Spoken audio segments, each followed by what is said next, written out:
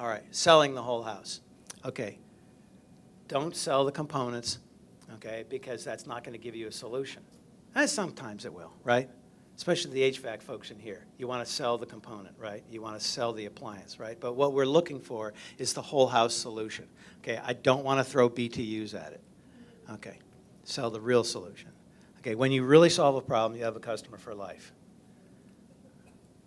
All right, because I am totally blind here with no clock in the room. Time's up. Okay, time's up. 20 more minutes. Oh, I can start telling jokes again. All right, so education is for everyone. This is a really key part. Okay, down here, everyone in your company must know the whole house, process. They need to be whole house thinkers. Okay, train them, quiz them, okay, to think that way. That's a really important thing. Okay, because customers don't understand, right? The architect never understood. Believe me, I went to architecture school. They don't understand squat. Okay. But the space. No, the space. The ceiling in here is a little. No, it's like, please, with the architects. It's like they don't understand. The builder doesn't understand. The plumbers and the electricians, they don't understand. It's like we're in a situation here where we're on the leading edge of a curve that is 20 years long, but it's still the leading edge. All right. So we got to be educating everyone. Okay. That means if I have 20 minutes, that means questions. So, I just want to know how much you say I've been business for 20 years. No, not today. Any other questions that are relevant to the? Yes, back over here. In terms of providing a solution to the customer, have you seen anybody using the BPI Healthy Home credential yet as a good means of getting customers engaged in the whole house? I have one person in Philadelphia that's doing it, but it hasn't helped a damn bit. But that's really the leading edge of the leading edge, right? Healthy homes. I mean, we're so far behind on that. You had your hand up? Yes, I was going to say, do you think the reason that it's not helping is because it's so far ahead of the curve that it's not generating customers? Yeah, is the Healthy Home certification by BPI not helping because it's just too far out in front of the curve? The answer is yes and no. In certain areas, certain urban areas that have the funding to be able to do that. Baltimore is where it really came out of, right? And Washington and Philadelphia, we're going to be seeing that. And eventually, the customer is going to get onto this because healthy homes makes more sense than energy savings. I hate to say it, but nobody sees energy savings, especially at $1 per CCF gas, right? And so we're not selling energy savings anymore. We're selling comfort, and if we can sell health, then we can actually move forward. All righty, so last section here, quality assurance through high quality staff. All right, we're all facing barriers. We've got program barriers, we have financial barriers, and we've got operational barriers. These are just some of the things that every company faces. All right, so program barriers include the low cost of natural gas. Again, it's like a lot harder to sell a job at $1 per therm than $2 per therm. Okay, we were talking earlier about the pain point. It's like there's no pain point there for most people. Okay, high cost of program entry. Okay, for the home performance program in New Jersey, there's a high cost. The lowest is about $5,000. Okay, and it can be up to $10,000, and you have ongoing certifications. Okay, too many requirements. There's a lot of hoops to go through in home performance. Okay, and so only the people that are diehards that really want to make a difference and offer that whole house solution, are doing it. Some of which are sitting in this room today. My hat's off to you because there's a lot of barriers to deal with that. Financial barriers. Okay, slow turnaround time on payments, poor credit, okay, and operational barriers, and that's what we want to focus on right now. Okay, staff quality, staff reliability, staff understanding home performance, and healthcare costs. I mean, they're just a few, right? But staffing. Is there anyone in the room here that doesn't have a staffing problem with their company? I mean, I don't know anybody. I deal with most of the contractors in the state. And it's really hard to get qualified people who actually want to work. That's a key thing. So let's zoom in on that. Okay, your key person, in my mind, there's lots of key people in the company. Okay, but there's a lot of key people that you need to have, like your financial people and all that. But the crew leader, okay? And the crew leader has to be that person that OSHA talks about as the competent person, okay? And the crew leader looks like this, okay, or the female equivalent of this, okay? And that is the poster child, okay? It's what Brian used to look like. Is that a picture of you, Brian? So it's, you know, it's the poster child that you want your crew leaders to be. They come and they dressed and they have their shirts on and they walk in with a certain swagger and they know what they're doing, but they're kind to the cat and the dog, you know, and they know how to do sales. And I mean, this is the person that we want, but it's not the person that we get. All right, and so what we need to do is get the people that we can get and train the hell out of them. Okay, so that's the person that you can build your company around. You can't build your company around a schmo. You know, you can't build your company around someone who doesn't show up on time. All right, so this is what we have to do. We have to identify the key people that we already have. Okay, we have to share the vision with them, especially because they're younger and they need that. They need to know what the vision is for the company. Okay, brainstorm with them. And this goes back to the standards and procedures that I talked about earlier on. It's like the management can set the standards, can set the procedures, but then you have to work with the staff, the rank and file, in order to make it happen and get their buy-in. So you got to brainstorm with them. You got to design a compensation package, okay, that you can live with. Otherwise, what happens after you train him and pay the $1,500 to get him BPI certified? Okay, it's like, what's he going to do? Go to the next person who offers some money, right? I mean, it's like the first job that I had, I worked for 18 years. Okay, the first job that, you know, my son will have, he'll probably work for 3 days. You know, so it's we can demand excellence of these people, but we have to show them what it is. All right, it only works if people know what excellence is. Okay, and you need to have feedbacks. And here's this terrible word, key performance indicators. Okay, which has sort of permeated the management this last year, but it's really important to deal with this, okay? And that is identify what is a key performing, you know, index or indicator. We need to know what that is. If it's coming on time, if it's coming sober, those are kind of baseline ones, right? I'd say. I don't, yeah, okay. Who said you're out? Okay. And here's a novel idea. If you've got performance indicators, why not post them down, you know, in the shop? All right, now we do that already, at least some companies do. Have you ever been to an HVAC company or an electrician or a plumber or whatever, especially union shops, and they say, so many days since the last accident?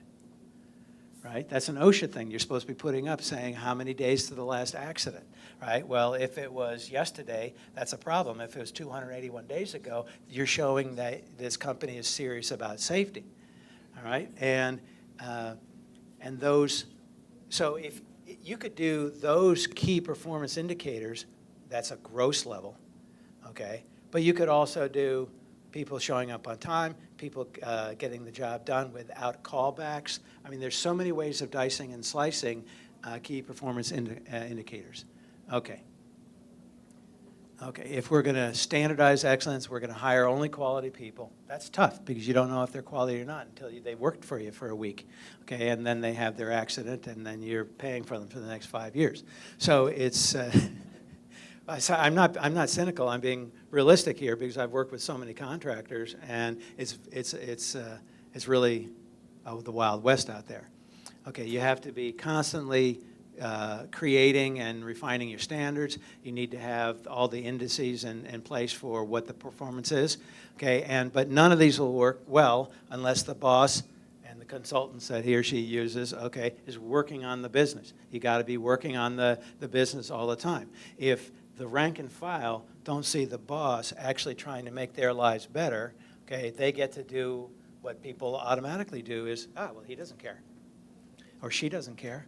Why should I care? It's like we have to have all oars in the water, okay? Okay, and we need to be plowing profits back in to the company to make this happen. It's like, okay, as the owner, you can go to Jamaica. Well, maybe not anymore, you know, but it's not there anymore, is it? But it's like you can go on vacations, but you need to buy into your staff.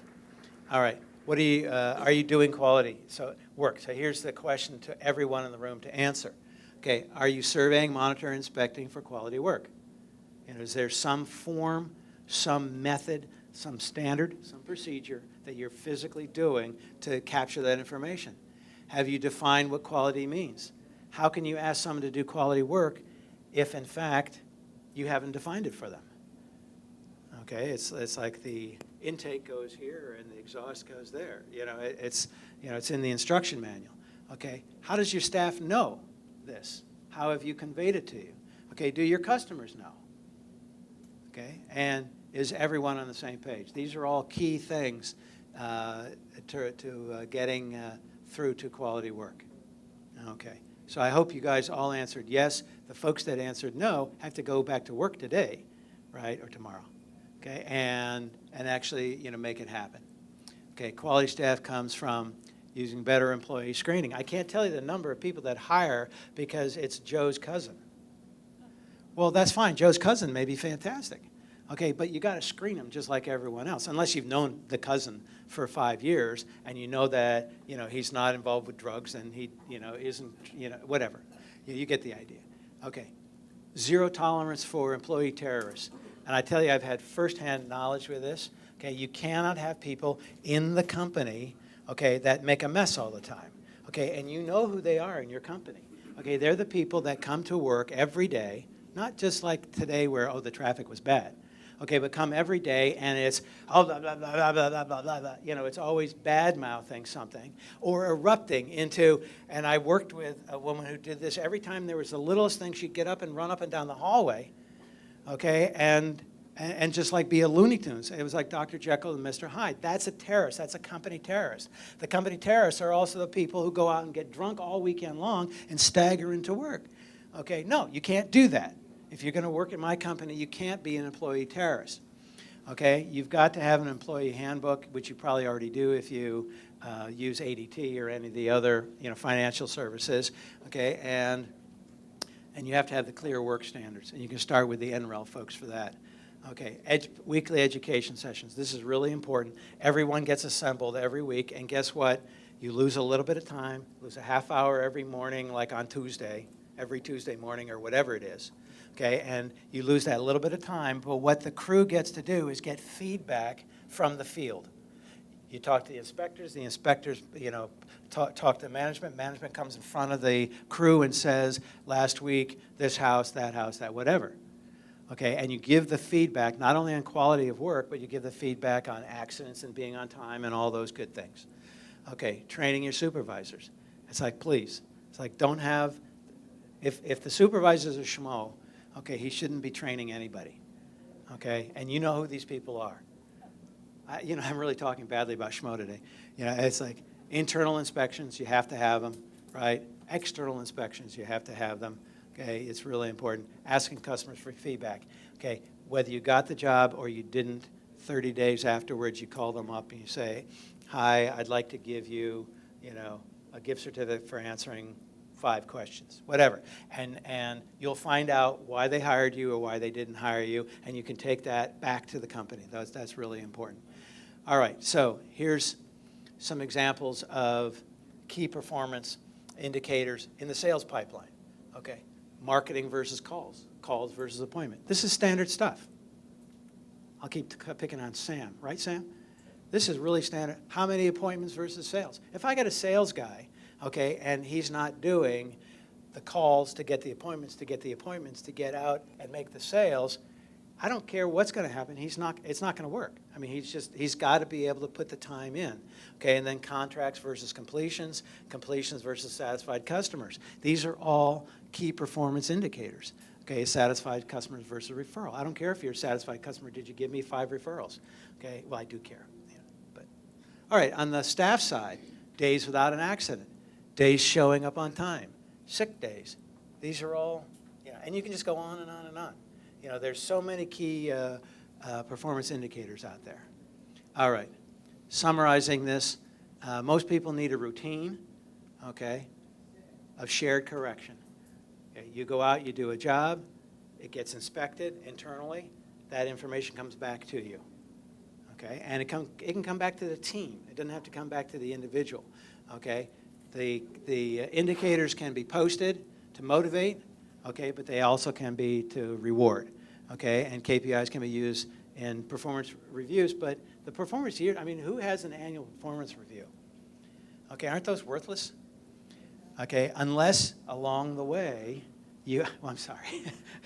I mean, they're totally worthless unless along the way, like 5 months ago, you got an indication that you should be doing this or that or whatever. And that's the beauty, of performance indicators is you only did 5 jobs last week and you should have done 6. That's what our goal is. Okay, well, what are the circumstances around that? And you build that. So when it comes time for that annual review, should be no, secret as to, what the boss is going to say to you. Okay, the more you measure the company, okay, and the employee, the more chance you have to improve it. And that's what we're all about. If we're talking about home performance, we're talking about performing well. Okay, so KPIs, though, can steer the ship. I don't know if you guys in the back can see that, but KPIs can steer the ship, but you have to know when to back away or to revise them. Okay, it's, the goal is that. Okay, KPIs are these little things. Okay, we want to do this and this, and that. It's a way of keeping track. All right. Any questions? How are we doing? I think we might have made it to the early thing there. Okay, so just to wrap up, okay, to review this, we've got ourselves operating standards. Oops, sorry, wrong click. Operating standards bring order. Okay, you have to have order in your company, otherwise it's not going to work. Okay, they're laughing over here. Yes, education is huge. Okay, but it's got to focus on solving the customer's problem. Quality people, okay, can do the work correctly if they're given the direction and the resources they need. So, all right, that's it for me today. Okay, if you have any questions that you didn't raise your hand for, email me, please. Okay, I'll get back to it at some point this year. We still have a couple more months. Or there's a lot of people wearing this clean energy logo around, so feel free to talk with them today. I'll be here for the whole day. Thank you very much.